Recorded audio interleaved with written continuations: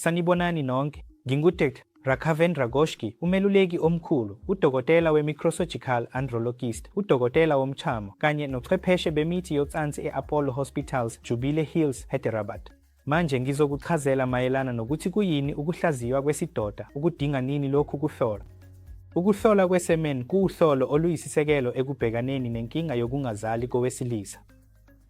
Ngakho-ke uma abashadile behlushwa yinyumba, ngakho-ke uma sibiza ngokuthi yinyumba, uma bebhekene nenkinga ngisho sebeshadile ngaphandle kocansi olungavikelekile, basuke benenkinga yokukhulelwa okubizwa ngokuthi inzalo.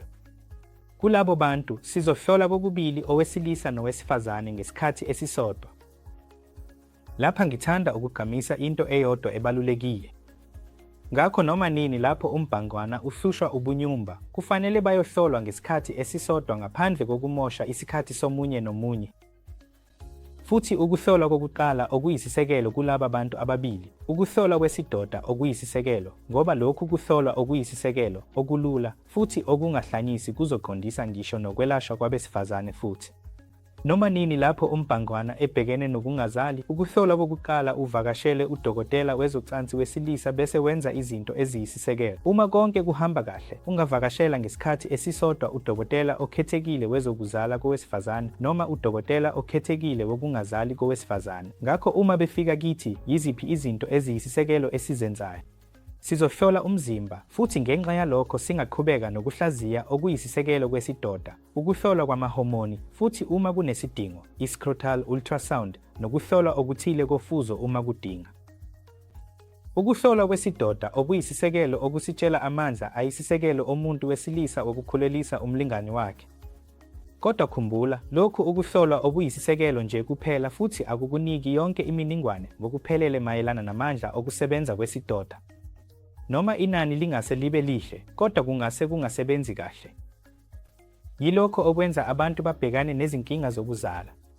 Ngakho-ke, ukuhlolwa kwesidoda okuyisisekelo, ngemva kokuqoqwa kwesampula, kubhekwa izici ezinkulu, kubhekwa izici ezincane ngaphansi kwesibonakhulu, futhi kubhekwa noma yikuphi ukutheleleka okungaba khona esidodeni.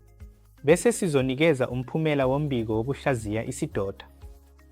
Lapho-ke ungabheka ukuthi ivolumu ingakanani, inani lezidoda lingakanani, zinyakaza kanjani, futhi zibukeka kanjani.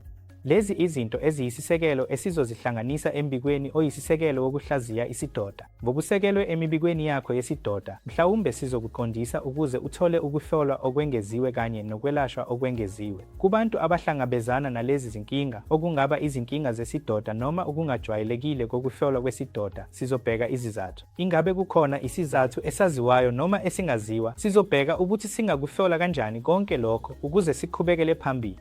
Ngamafuphi, ukuhlolwa kwesidoda kuyisivivinyo esiyisisekelo sokuhlola ukungazali kowesilisa, futhi kuyisivivinyo sokuqala esenziwa yibo bobabili, akusilo elowesilisa kuphela, kodwa kuyisivivinyo esiyisisekelo nesokuqala kwababili. Ngakho noma nini lapho uhlangabezana nenkinga yokungazali, hamba uyohlolwa, wenze ukuhlolwa kokungazali bese uqala ngezinto eziyisisekelo. Ngiyabonga.